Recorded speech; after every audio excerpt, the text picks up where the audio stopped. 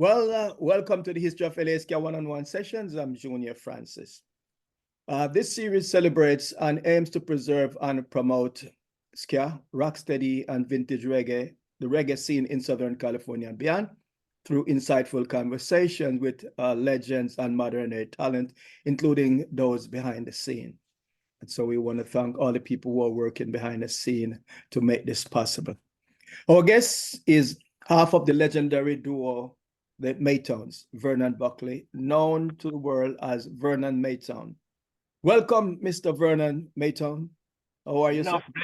Enough blessing, man. I'm good, man. I'm good. Yes, sir. Yes, So you're in your car at the moment in Montreal? Yes. Uh-huh. So Jamaican expatriate now calls Montreal home. And what's the weather like there? Well, it's on the semi-cool. I could live with this. You know, like the Mandeville cold sometimes. No, don't come here, Mandeville cold. No, man, no, Mandeville is my town. No, but you're right. Mandeville get cold sometimes. Yeah, man. Yeah. Always had trouble when I go down to Maytone, so you're a hometown, man. Always hot like hellfire. yeah, man. Man, I couldn't take the fear place. It's there the voice are, you know, so yes, man. That's what I hate with Manchester, sir. Never get a singing voice. So I always felt that if I was born in Clarendon, I would become a singer. Because so many singers came from where you are from. Yeah, for real, man. For real. Cockatoo, your group. Yeah, Barrington Lindsay. Right. Wow, the list is Yeah. And female artists as well, right? Clarendon, how can I leave them out? Freddie Margaret. Oh, it's like a roll call. Sure. Yes. Wow. Oh, a whole lot, man. Yeah, you know, so we didn't have any sugar cane where I grew up. So maybe it's a sugar cane in Clarendon where you guys have this so sweet voices. You know, maybe it's that true, you know. Come to think of it. Yeah. There's got to be something, but lots of singers from Clarendon. And there are quite a few we left out, right? Yes. Yeah, for real. I think maybe Colin Davis on that list as well. Derek Morgan. Huh? We leaving out Derek Morgan and all those. Oh my gosh, boy, yeah, that's trouble. Yeah, man, he was the leader of the pack. Yeah. Yeah, he led the pack when he went to Kingston. Brought so many people into the music industry. Yeah, for real. Yes, man. So let's get cracking. So how you doing otherwise? Since I know your wife, I may as well ask how she's doing along with the rest of your family this holiday season. The family is doing good, my friend. Yes, sir. Yes. Please take the time to extend my kind regards to her. Yes, man, I will. Yes, right. So last time we spoke on Instagram during COVID lockdown, we had a lot of technical difficulties with the interview. So we thought we would do it again today. Yes. All right, we'll talk a little bit about Maytone, but please get into tell us about what it was like growing up in Maytone around the time that you grew up. Well, it was the regular thing, you know. Boys will be boys. Used to play a lot of sports. I was among a few of the guys that become artists now, like Glenn Washington, Culture. We used to run up and down. Culture was the guy who did the design on my first album for GG. You're kidding? Yeah, a red album, the best of the Maytones. Yes, but I know. His Culture do that artwork. He's that versatile. Yes. Wow. Additionally, on the subject of Culture, he was also a drummer. Yeah. To being a great songwriter. Yes. Yeah. Wow, you did the first album. And we should mention your record company, GG, right? Because GG is that was from Clarendon. Yeah, for sure. Yeah. He had one of the first record stores in Maytone. Yes, for sure. And coming on GG now, GG wasn't a producer, you know. When we met GG was like a technician, radio technician. He repair radios and TV and stuff like that. Right. Yeah. So did he convert the store into a record store and television store before you joined or after you guys joined and started turning out hits after hits after hits? After we joined, joined the label, he get the store different from where he was doing electrician work, you know? So it was a different, just few step up, he get the record store.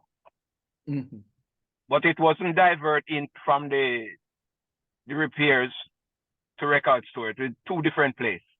Oh, okay, right. Yeah, yeah. And after record started selling like Catch Distance ring all over Jamaica, the hits after hits after hits, I guess he just stopped doing television repairs, well, well, I think you just say bye-bye to technician. Yes, I tell you. Yeah.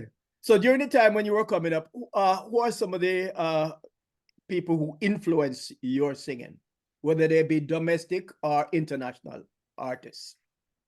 Well, Brother Junor, it may sound selfish, but I wouldn't say influence, you know, because the music was in me. And if I should really say influence, it would be like Western, country and Western and those kind of songs, those Gladys Knight and all those people.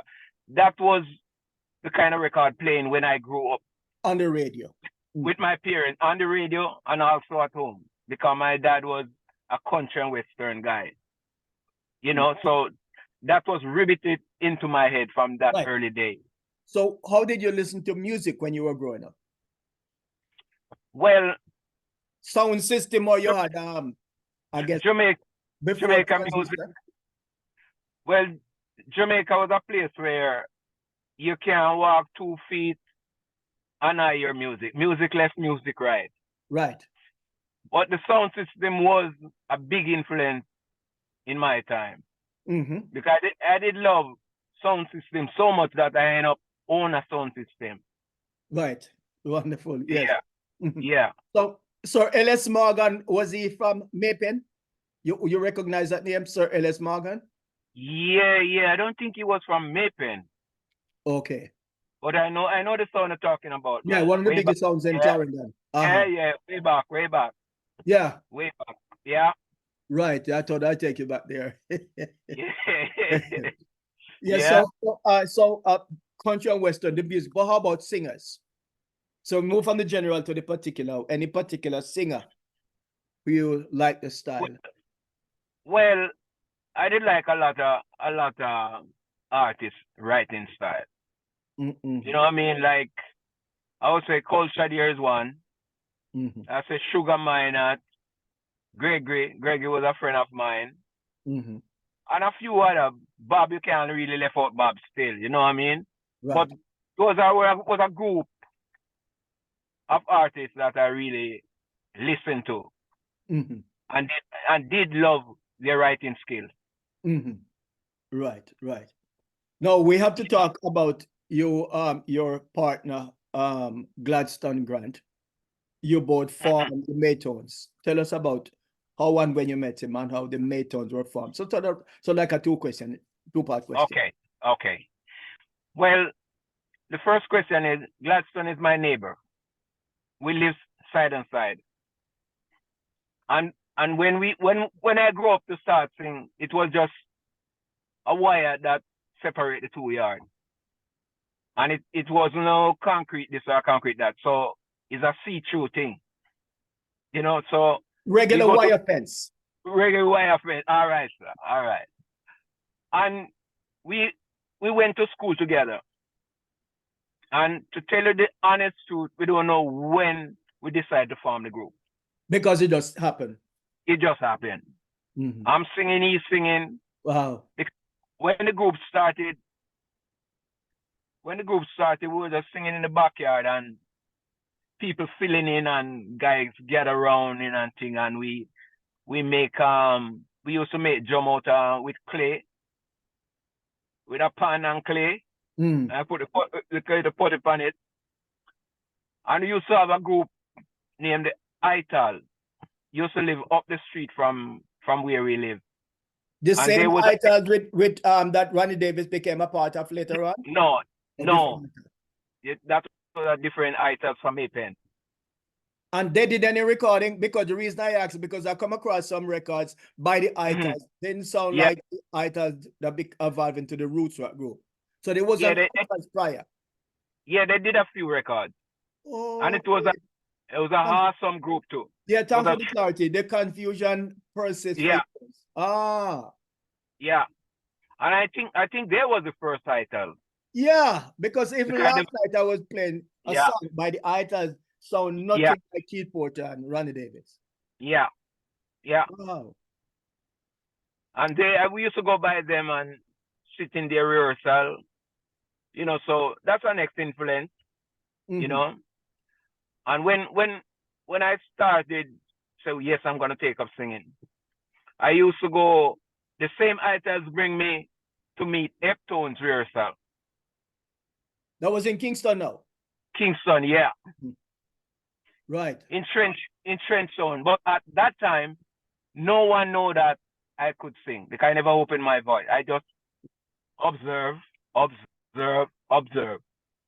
That's when I started to sing. Leroy Smith one day I said, "You would never know so you couldn't sing." Meaning Leroy Sibbles.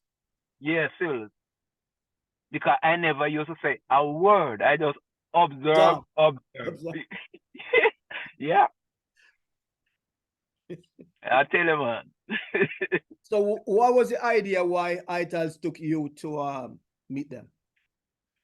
Well, there was behind it. They're all friends of mine. They're all friends. We grew up together, play ball together, and the whole works.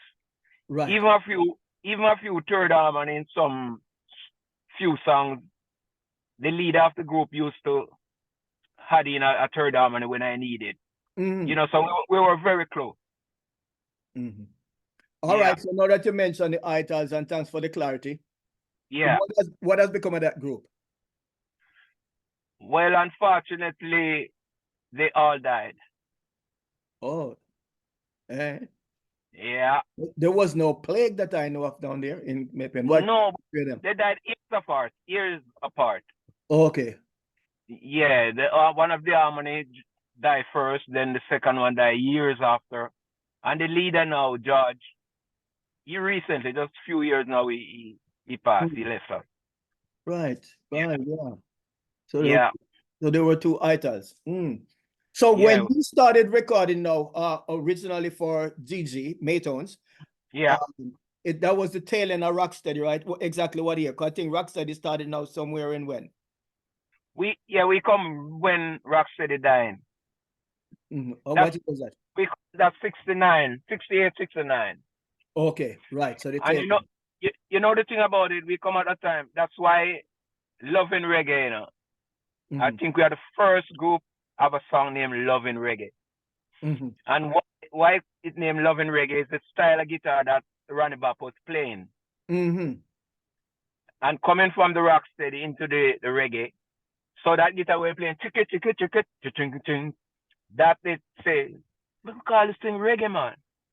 So it's right in the studio. We said that name. It's gonna be reggae, Loving Reggae. Right. So there was a dance called reggae. Not at that time.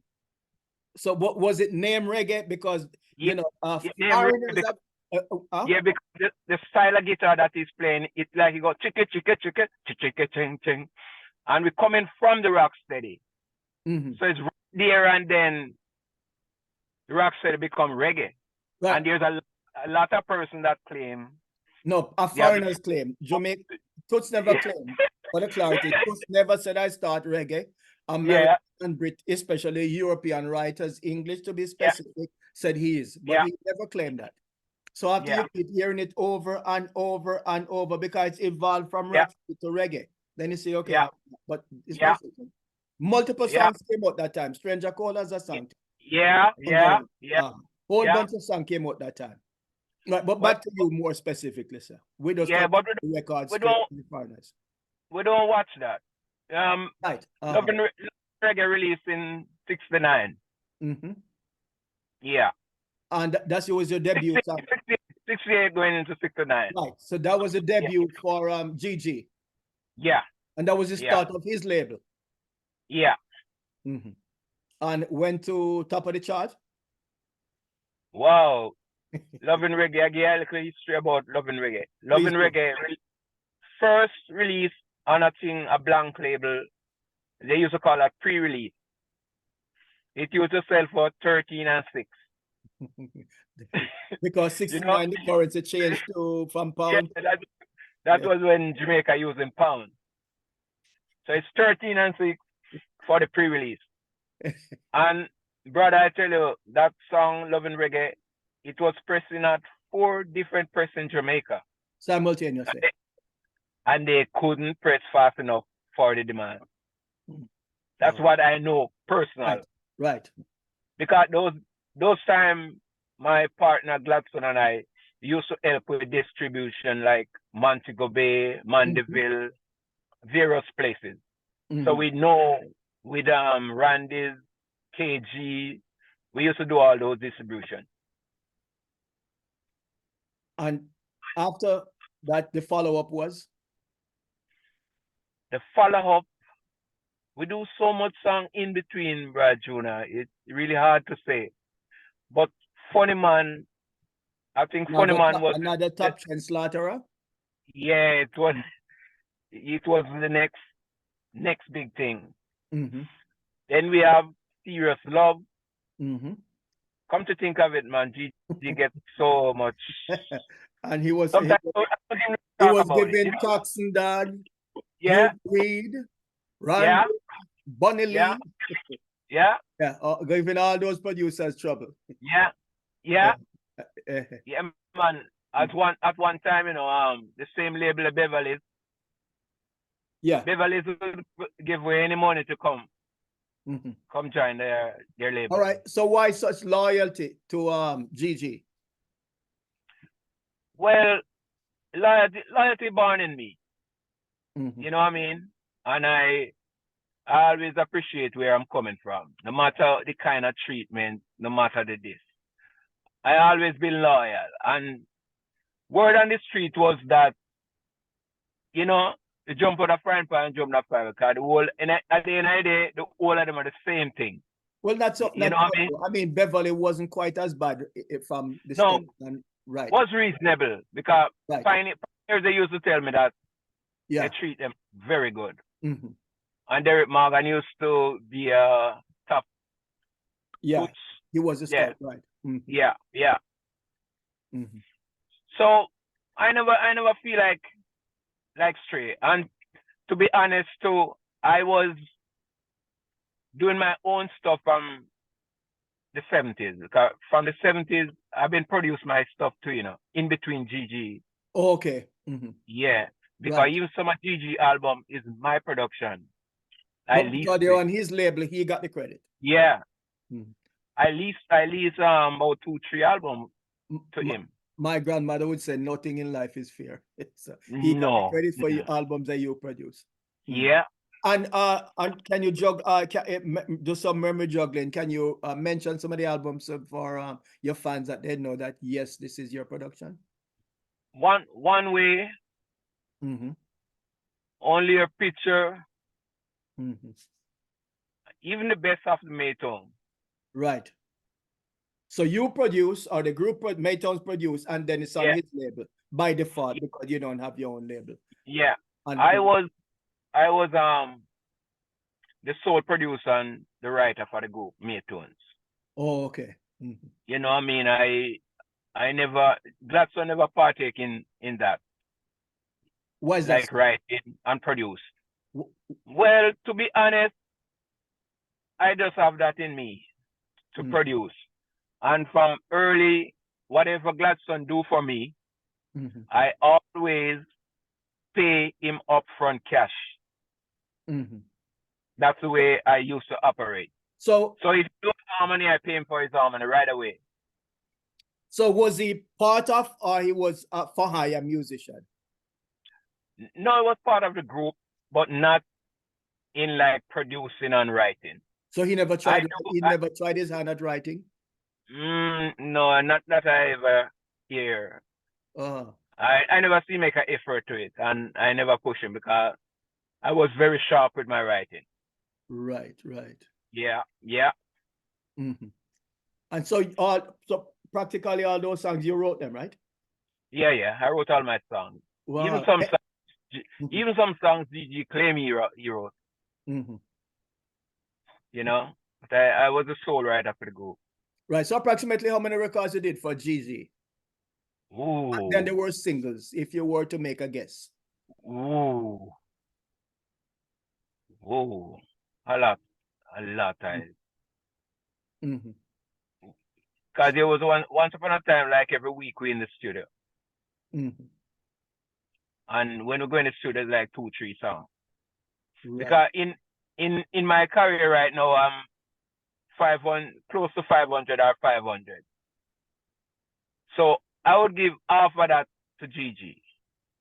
And half to me, if you understand what I'm saying. Right. Because that's the quickest way to, you know, to go around it. So yeah, because I'm right. to 500. So was he your manager or he was just the producer? He fronted the money for recordings, right? Yeah. Yeah, his session is his session. My session is my session. Right. Yeah, they've never been together. Right. But he was a producer. In the days, in the 70s, Gigi take a lot of credit. But many songs, each song for Maytones, Gigi, only time Gigi hear it when he come listen it. He wasn't in studio. All those credits is to Gigi taking. Gigi wasn't in studio, just me and the musician and my little box guitar. Gigi was nowhere around. So you get a lot of credit. And it don't belong to him. It belongs to me and the musician. Right. No one said life is fair, Mr. Maytones. Yeah, I know. That's my grandmother, she would say. So who are some of the musicians that back you? There's so many, but some of the outstanding songs, especially your first recording session. Yeah. Well, one thing about Gigi, he always use quality musician. I can give him 100 for that. But there was such a thing. Was there such a thing in Kingston at that time when there was not qualified or quality musician? It seemed as though everybody was on top of the game for the simple fact that the music was at such a high level and the competition was so stiff that it forces every man to play the A game. Yeah. I work with Roots Radix. I work with Sly and Robbie. I work with the Revolution. Remember the Revolutionaries? But of course, it was a combination of guys. Top guys. Top musician. And I used to work with Duke. We did have a band with Big Jackie that play bass. I don't remember if they have a name, but there was good studio band. Well, of course, look at the quality from Duke. Yeah. And for my personal recording that I did, it was always Roots Radix. Oh, so okay, so right, they came after, right? Yeah. Your first recordings when you made your debut, what studio did you guys use? Okay, my first record never released, you know. No man, for GG, they hit Loving Reggae. It wasn't Loving Reggae. It was a song named A Little Bit of This. I did it over just maybe 3 years ago, but it never released. GG never released it. The two first songs I did for him was A Little Bit of This and Music is a Part of Life. Music is a Part of Life did release, but A Little Bit of This, he never released it. And what's the explanation? Why? And he did it at Studio One, Coxton. And it never released? No, he never released. I do it over and release it. He did release Music is a Part of Life. That was one of the first songs we did at Studio One. Because there were hardly any bad songs that came out of Studio One and Treasure Isle at that time. Yeah. There was no such thing as a bad recording, especially now. No. The collectors are dying for these songs. I know. Do you have access to release it, and would you release it? In its pure original form. Not the one he did. I don't have access to that. But I did do over a little bit of this. About 2-3 years ago. Right. I was working with Jeremiah and LA Cats. Yeah, I used to work with Jeremiah and Bush Was that the Doctor. project with Bush Doctor? Okay. Yeah. I did it over on that album. Yeah. No, I'm curious and would love to hear. And the first song, the debut was Maytones, right, with the sweet harmony. Yeah, it was just Maytone. And then in years go by, we had the mighty Maytones. And I was to understand that you guys started out as Maytones, then it became Mighty. Is that correct? Yeah. And who added the Mighty? Well, it between us and Gigi. And at that time now, is it a marketing strategy? Yeah, because Diamond come with Mighty Diamonds, and I said, boy, I don't remember what the argument was that. I don't remember if Gigi said, but Maytones Mighty too, man. And I saw the Mighty come around. You know what I'm saying? And then we just start go Mighty Maytones. Right. So did you tour as Maytones outside of Jamaica? Did you perform in the Caribbean? Yeah, man. Where about? A lot of places. You kidding? The first time I go on a plane was Bahamas, Freeport, Bahamas. What was the reception like? Was good, man. Was good, but them time they young not the business still, you know. Yeah, so you know the business side of it wasn't in my head. Right. It's just going on the plane and go perform. But reception was good. And by then you had how many hits under your belt? Wow. A whole bunch. Yeah, we have a whole bunch. So just the Maytones or a group of Jamaican musicians went together to perform in Bahamas? No, it was the band was from there. Also, just two singers, then the band was from the Bahamas. The band was from there, right. Yeah. And where else outside of Jamaica you performed? Europe. As Maytones? In the early, we go Europe. The first time I go Europe, it was Gigi. But Europe is a big place, more specifically. Well, in the early, we go to London. But after that, in 2000, I tour England with the Canadian group I used to work with, Bedouin Sound Clash. Yeah, I did a tour of 14 shows in 13 days. Wow. Switzerland, Birmingham, the whole Dublin, the whole Europe. We did the whole Europe. Right. Yeah.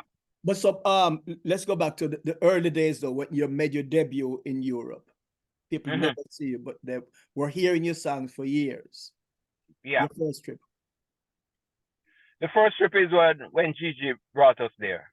And that was what year, sir? We never play too much in Europe. I think we did 3 shows totally. And that year was 70. It just little after it was about 79. It's around that time. Right. Yeah. Right. Interesting. So let's talk a little bit about Money Worries, your big song that appeared on the Rockers album. That really internationalized the name Maytones. Were you able to capitalize off it financially? Not to the full sense. You know, not to the full sense, because there was issue about that thing. Number one, I wasn't informed when that movie was putting together, because that is the time I was dealing with my migration to Canada. So that wasn't in my head at that time.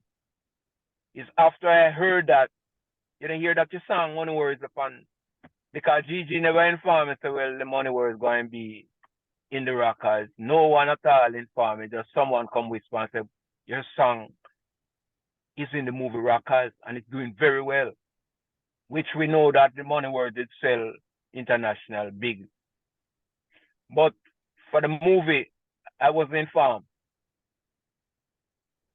So the producer needs to get is it beyond just courtesy, or he needs to get your permission as a singer that your song is going by right, I suppose to sign off on that.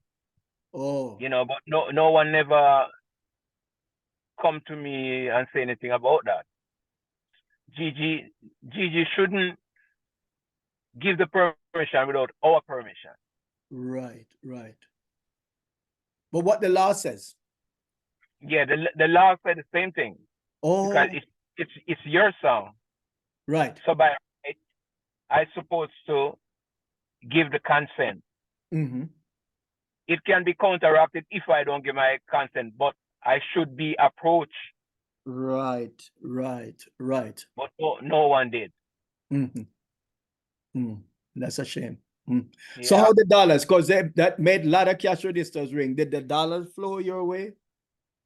Well, I would say not even a third. What a joke.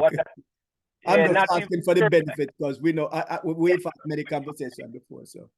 Well, I'm an honest guy, Junor, and I don't go around the corner. I don't get a third of what I should. Right. Get, because right now, even though I'm still struggling with the money worries, money. Mm-hmm. You know, I'm getting back some money now and then.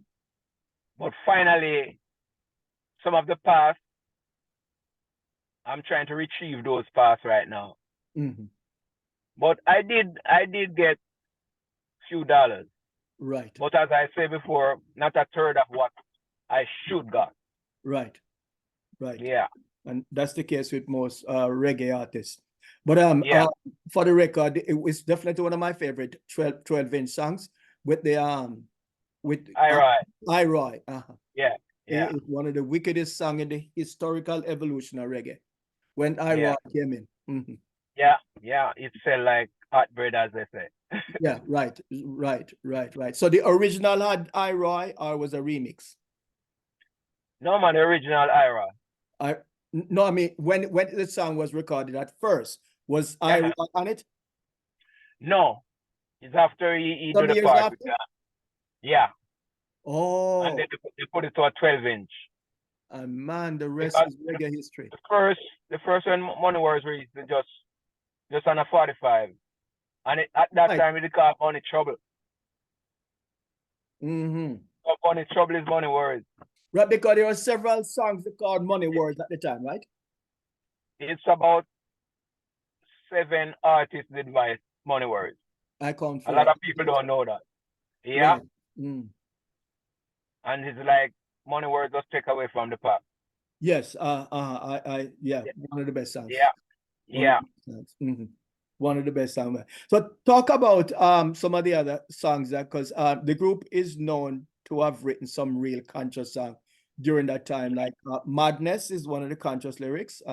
Africa We Want to Go. Zion, talk about some of the consciousness songs. Because those seem to have life of their own, you know, when you conscious songs that talk about reality, real stuff that people can relate to, especially people who are the bottom of the society struggling. Yeah. Well, that is in me, Junor, because I don't think of myself if I write a bad song. And reality is mostly what I wrote about. Mm-hmm. What I see in front of me. Mm-hmm. What's going on, like Madness. I wrote Madness just to a friend of mine got mad. I remember I sit down on the street with him one day and just let him talk his way. Just talk. All I do, I listen. He was having head problems. Yeah. He gets screwed up in his head. Mm-hmm. And I went home and I just took my pen and wrote Madness. Just like that. Just like that. Simple as that. Mm-hmm. So how were you influenced by some of the guys who are around you, Glenn Washington, Culture, that group? What did they influence you in terms of your style of writing, your style of singing? No, mm-hmm. Because I was the first. You know, in that sense, I was the first. Oh, right. Before Culture. I am Glenn. Yes, Culture came way after. Right. Because I tell you before that, Culture was the one who did the heart for my That time he was just doing painting and fooling around drummer sometimes. Oh, you know, so right. when it comes to the follow now, I would have to follow me because I was first. Right, right. I have it But right. Yeah. but Come in to that think of it. sense though, no one writing skill never influenced me. I did have my own writing skill that come natural to me, Junor, because if me see a fly, that's what me feel to write about. Me write about fly too. Faster. You know what I'm saying? So I did have that skill in me, thank God. You know, so and I always write positive song. If it's even a love song, it's gonna be a positive song. Right. And as I said before, it's what's going on, what's in front of my eyes that I see. And what I can say, because you know, and everything you can write and sing, you know. You know what I mean? Yes. So I do what I can do. Right. So you did migrate to Canada. Is Montreal? Yeah, the first place I go in Montreal, and how I start the Canada thing now. We got a show to Canada. What I time came period, sir? About when? 80, 1980. We get the first show in Canada, and we did the show, and about 3 months after they request us again because the show was really good. Wow. So the first one we did it in Montreal, and the second one was in Ottawa. And you know, just kind of fall in love with the place. And to be honest, Jamaica was on a different, you know, was turning a different way from them time them I see. You know, so I kind of try. We love the place. I'm just say, well then, well, if this place could be my home still, I would, you know, because I just like the atmosphere away from the cold. And then I start look about how it's possible to get you know, get into this country. And all those time now they were doing the rockers and things. So it's like it wasn't on my head to really go into that. Right. I was just focusing on and try to get some papers for Canada. Right. So your partner Gladstone didn't try to move? Tell you the truth, I don't want to read his mind, but I don't think he did interested in Canada. You know, because we first show we coming out cold month, man. I tell you, the way the man queens up like the cold one, I say, what? You're not ready for Canada. You're not ready for Canada, no. But I never really got to that extent to ask him if, you know, because I know I was trying to to Canada, really get visas to come and go. You know, and I never see make no effort to it. And away from our singing, he's his own man, and I don't try to persuade him no way. Right. You know what I mean? You know what was going on, and never sound like him interested. So that was about that. Right, right. And you've been in Canada since that time? From that time until this time, and you've done a scale load of recording, including additionally, you have your own studio where a lot of top-notch musicians pass through and you record with them. Yeah, man. Yeah, for real, man. Yeah, that's hard. But the time that you relocated, though, there were several prominent Jamaicans living in Toronto. Jackie Two, Leroy Sibbles, J.O., Johnny Osborne, Lynn Tate, and Stranger Cole. Stranger Cole was there too. Yeah, right. Glenn was there one of the time too. Glenn Washington was there too one of the time. Oh, I didn't know that. He was living here for a little time, yeah. Lord Tanamo was a massive community. Yeah. Right. And how about where you were living? Was any other Jamaican musician from that era? No, the only one I know is Rudy Mills. Oh, okay. You guys long story. Yeah. Cross path? No, he's here, man. No, did you guys cross path? Did you guys try to set up sort of a reggae community? No. Nothing. Well, to be honest, Montreal is hard in the music business, in the reggae business. You know. In what sense? They're doing a little thing and doing it here and there, but it's nothing like Toronto. Mm-hmm. Toronto was reggae. Uh-huh. Because I used to be in Toronto often. Mm-hmm. Because that's where the action, as they say, was. Mm-hmm. Right. Yeah. So by default, since you moved from Jamaica, you've been doing solo work. You've been to California, practically all over the world. Brazil. Yeah. To this Mexico, we've been down here. Right. Mexico, yeah, we've been to Mexico, Africa. No, not Africa. That's the only place I don't touch yet. Mm-hmm. The closest place I go to Africa is Israel. Mm-hmm. Right. And then they never have the time to line up a show in Africa. Oh, okay. And I get few offers, but it never sound ready. Right. So you perform at all with Gladstone as the Maytones as a group, or it's just you? No. With a group, if a promoter wants the Maytones, they can have the Maytones. Because I am Gladstone never part. I have no. Right. That's why I said by default. Right. No. Move. A lot of people may not know that, but we're good. Yeah. Because I spoke to him maybe 3 weeks ago, 2-3 weeks ago. Yeah. How is he doing? In good health? Yeah, he's doing good. He says he's doing good. Right. Yeah. Mm-hmm. So the last time you guys performed together was when and where? Was in Ottawa. I think it was 2006 or something like that. Oh, it's been a while. Yeah, it's been a while, about 2006. Right. Yeah, we did that show in Ottawa, and he actually spent 2 weeks with me. Uh-huh. And it's funny. Didn't express any desire to live in Montreal. Is really a Jamaican. Yeah. And I want to tell you something about Gladstone too. If you even hear this, it's true. He was with me for 2 weeks in Canada, in Montreal. And I think it's one time Gladstone come down at the studio. And the studio is in the basement.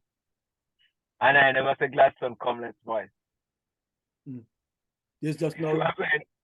Yeah. you know what I mean? So that explains a lot of things. Yeah. I don't force Gladstone, and I'm just musical, and Gladstone don't force himself. Wow. That's a wonderful way to yeah, well, that speaks itself, because normally if I was in Gibson position, I would advise that I can't advise no more. But you know, speaking of voicing, several artists pass through your studio and you work with them.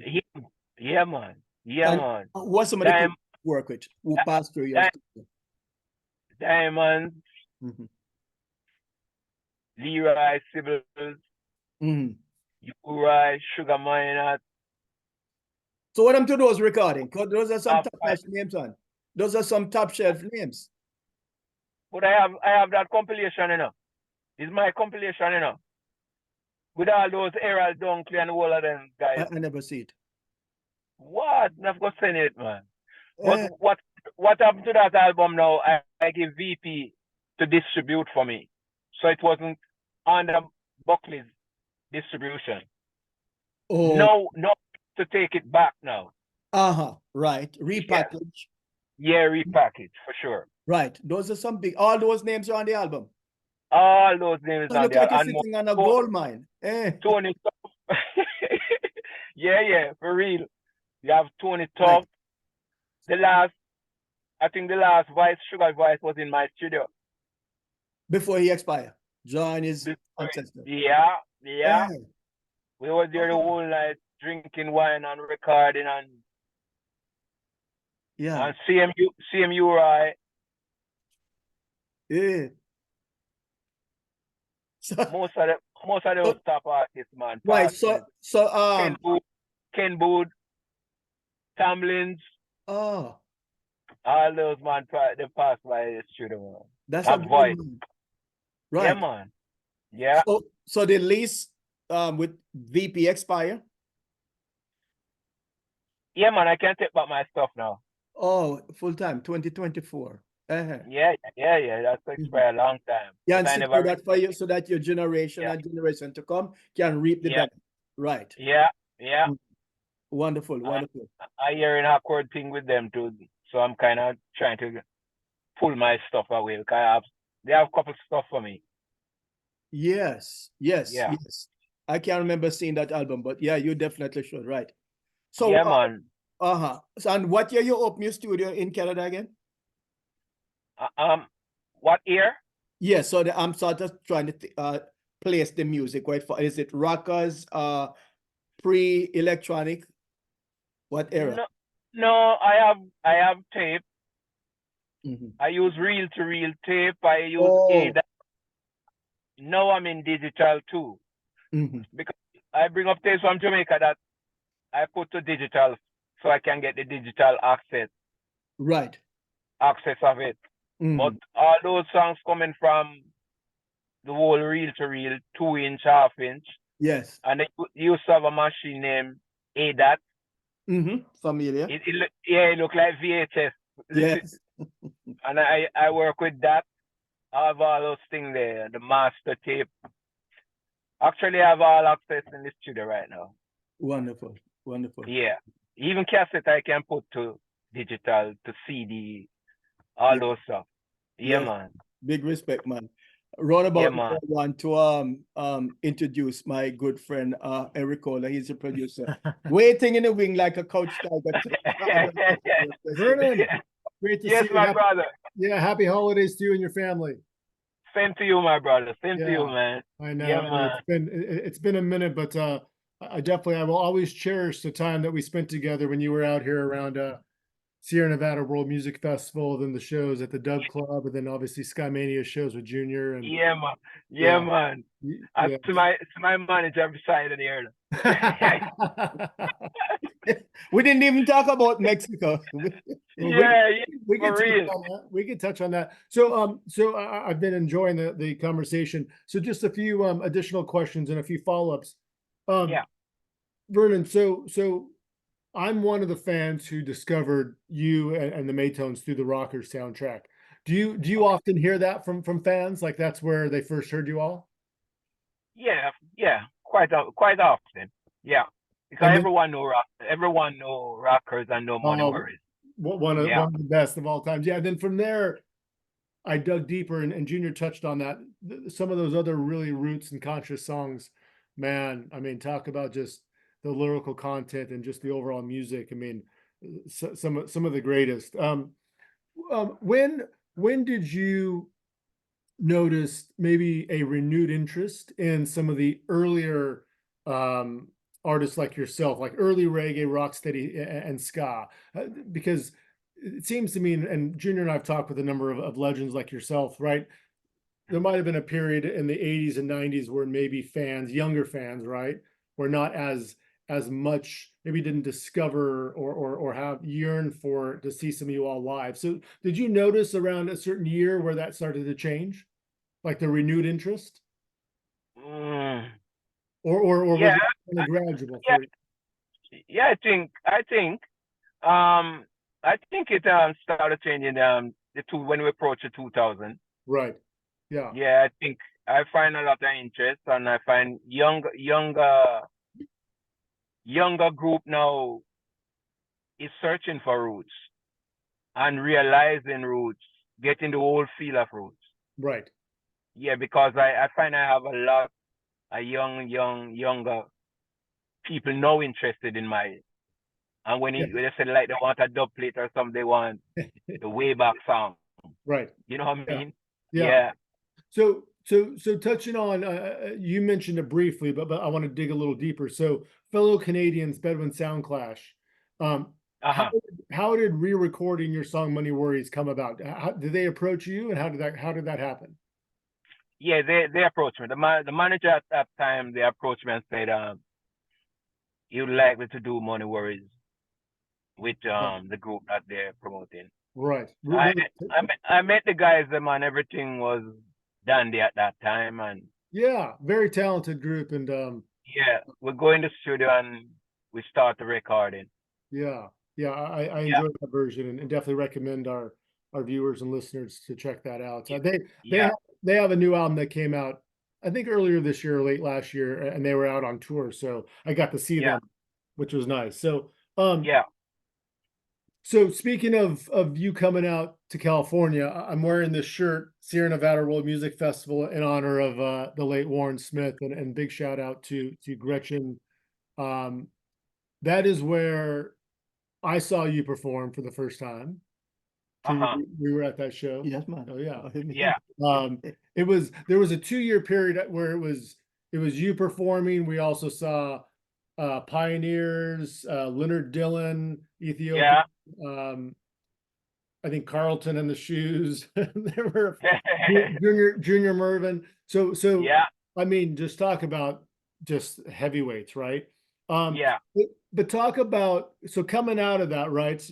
You then performed a few years later up at Sierra Nevada, and then some shows down here. You worked with a number of incredible backing bands from California. Yeah. We can touch on the Expanders. We can touch on Kingston A Go-Go, the Solutionaires. Colin sang backup with you a number of times. What is it about some of the musicians out here, do you think? Well, I think LA have great musicians, and that I thought that album I did, Junor, with Bush Doctor there. Yes. Some of the greatest musicians play on that album, man. And the first album, the first band that backed me in LA, it was the Expanders. Oh my goodness! And they were on top of the game.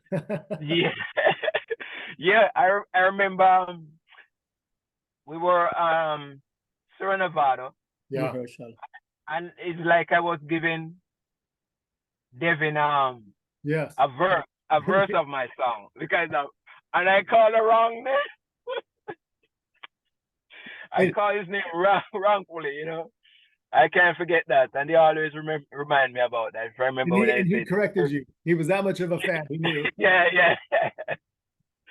Yeah, man. We work with some good guys in LA, and and then this was, Junior. Do you remember what show? So this is a little poster of when you did a show for Ska Mania.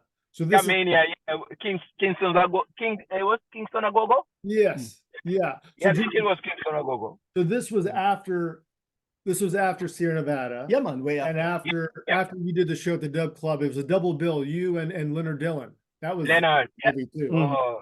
Rest in peace. So then we came down from Sierra Nevada together, and then weekend now. That's when they opened the Dub Club downstairs. Right. Yeah, Junor. But we drive some distance, man. Yeah, man. we drove. Right. Yeah, we drove you and your wife, I think, from all the way. Yeah. For real. Remember? Yeah.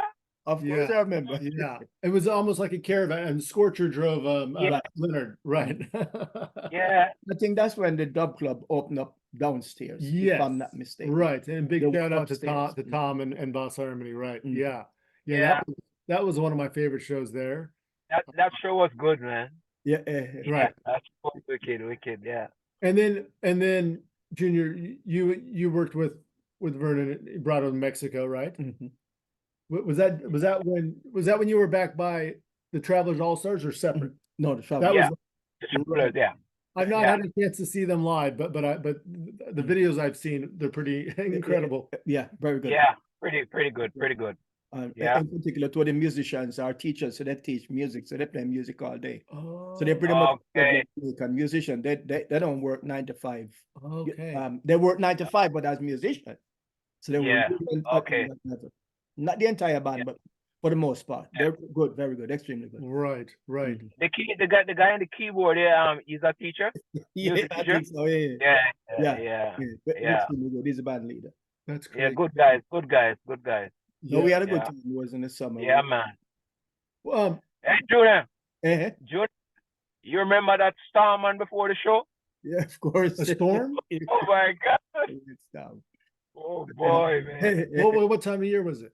I can't remember. But it was in the summertime. Oh, summertime, sorry. Okay. Yeah. Why? There was a storm, man. Yeah, so I had big ego. I'm producing show in Mexico. I don't speak a word in Spanish, but I tell you, Yeah. I think I'm Marcus Garvey, the music. Yeah, but it turned out it was a good experience. Yeah, it was nice. It was nice. Vernon, where have you performed where the audience surprised you the most? Brazil. Brazil. Brazil is like a home. And this place Belize. Oh yeah, right. There was a place in Belize in the early 70s. I've been to Belize and I was there for a month. We were performing at like a stadium. Birdseye, I think Birdseye is name. Wow. That place. And to be honest, I get good response anywhere I go. Sure. You know, because away from music, I'm a person. I'm a people kind of person. You know what I mean? I just love people and don't try to act like I'm above people. Right. Indeed. I have people act like they are above. Well, I get this situation, I get this vibe, so me is me. You know what I mean? But I'm not really down to earth. Yes, we've seen that in action. Yeah, for real. Yeah. So Vernon, Brother Ration Records, Spanky, Kingston, and Jeremiah, just recently put out, if I'm not mistaken, the tune "Man Next Door." Yeah. So when was that one recorded? Not long ago, you know. It's Okay. I think that the record just in the pandemic time there Right. around. Yeah. Right. And so what other new or recent recordings, or if we're now, because we're at the tail end of 2023, if we're looking into 2024, what does next year have in store for you? So as Junior would say, a two-part question. Well, you know what? To be honest, I have so much unreleased, my brother, so much unreleased. And from all the Brother Ration, they have a portion of unreleased stuff. Okay, nice. And Buckley's music have a lot of unreleased stuff. And I don't know if you know my label now, I'm releasing a lot of stuff on my label. Okay. I don't know if you recently see my Buckley's page. I have this young lady singing Cindy, correct? Okay. On my label. All right. Doing very good. Nice. And I have a lot of back stuff that haven't been released with other artists too. Glenn Washington, I have about 5-6 songs with Glenn. Don't Touch Road. Nice. You know what I mean? I have a lot of stuff, my brother. Indeed. Yeah. And any live shows planned for next year at this point? They're in the works, but it haven't. Most of them haven't confirmed as yet. I have a 3-night gig in Canada. Oh, nice. But in 24. And do you when you're performing in and around Montreal or other parts of Canada, who are the musicians that you typically work with up there? Well, I don't have a band that I really work with. Okay. I try if I have to put a band together, I just get the best musician I know. Yep. And we go from there. Right. But in Canada, I don't really have a band to say, well, then there's a go-to band. You know what I mean? Because you should know that to keep a band together it's a heartache. I don't want that heartache. So I try to stay away from there. Yeah. Like Brazil, those places, I have band that I work with. When I go, I know I'm working with this band and this band know my music. Right.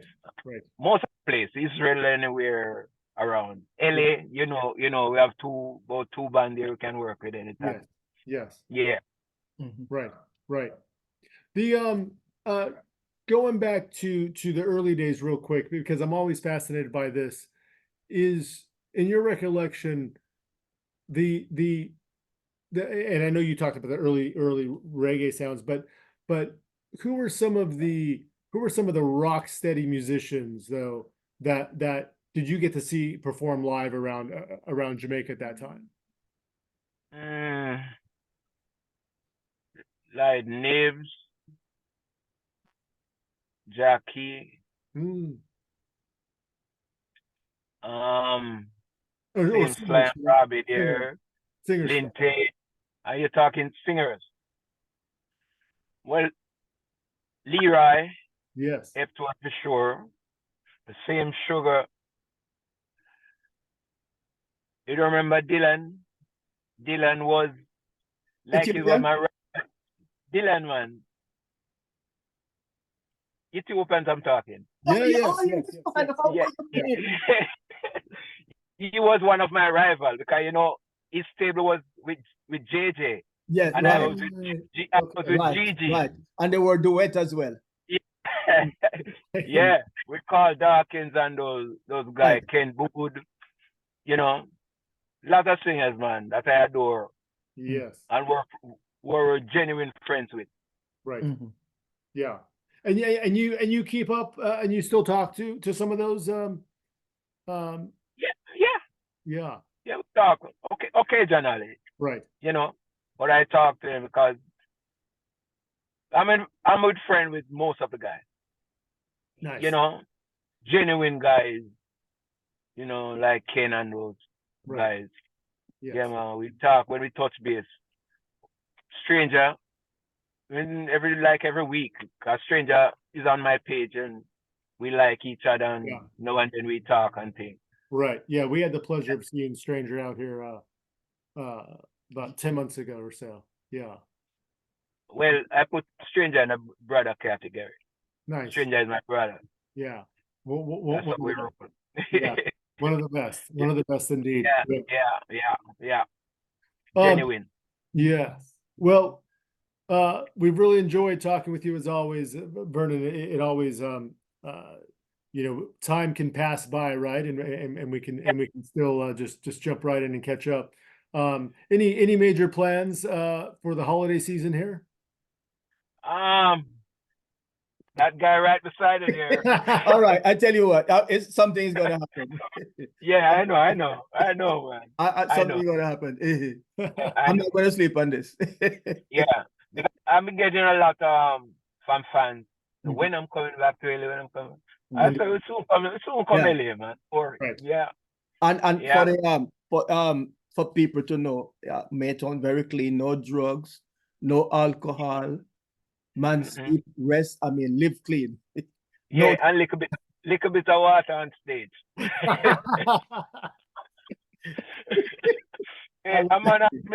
man asked me that about 2 years ago, and I have to say, "Oh, I don't see you even drink a little water."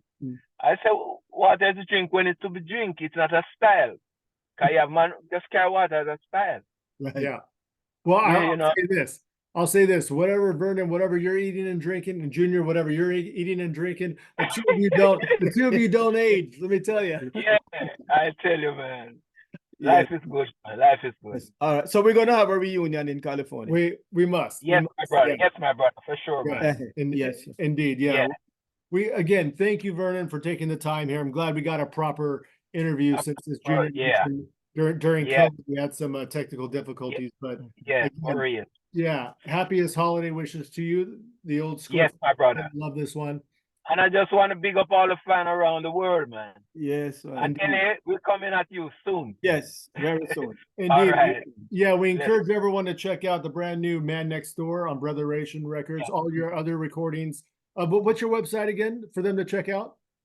Well, they could check me out on Facebook or Instagram. Right. At Vernon Maytone. Right. Yeah. Okay. If someone in Canada wants to reach your studio, how would they reach you? The same? Facebook? There's a direct number. You can call me, 438 696 2853. I said one more time. 438 696 2853. Nice. Right. That's a direct number. Whatever they need. Amazing. Yeah. Wow. There's a man that lives next door in my neighborhood. In my neighborhood. I want big up Brotheration label. All right. Enough love. Yes. Vernon, much love and respect to you and your family. Happiest holiday wishes and a safe New Year's to you. Junior, thank you as always. And Yes, sir. we really appreciate everyone listening and watching this year for all the support of History of LA Ska, this interview series, as well as our social media accounts. Until next time. Yes, and this is the last one in 2023, right? For the record. Correct. Last one. Yes. Yeah. So we ended on a high note, Vernon. The first shall be the last, right? Indeed. So once you talk to everyone, man. Yes. Thanks to everyone, eh? Yes. Yeah. Thanks for the ongoing support. I appreciate it, guys. Oh, yes. Indeed. Yes. Please subscribe No to the problem. podcast series and follow our YouTube channel at History of LA Ska on Instagram and our Facebook group as well. Please follow this gentleman at Junor Francis. And I should point out that this series is produced by my good friend here, Eric Kohler for Rockery Radio at Rockery_radio. Big respect, Maytone. Yes. All right, Vernon. Take care. Happy holiday wishes. And put out that album soon. Yes, I will. I will, my brother. Yes. No problem. Take care, everyone. Keep it out and support music and be safe out there. Happy holidays. All right. All right.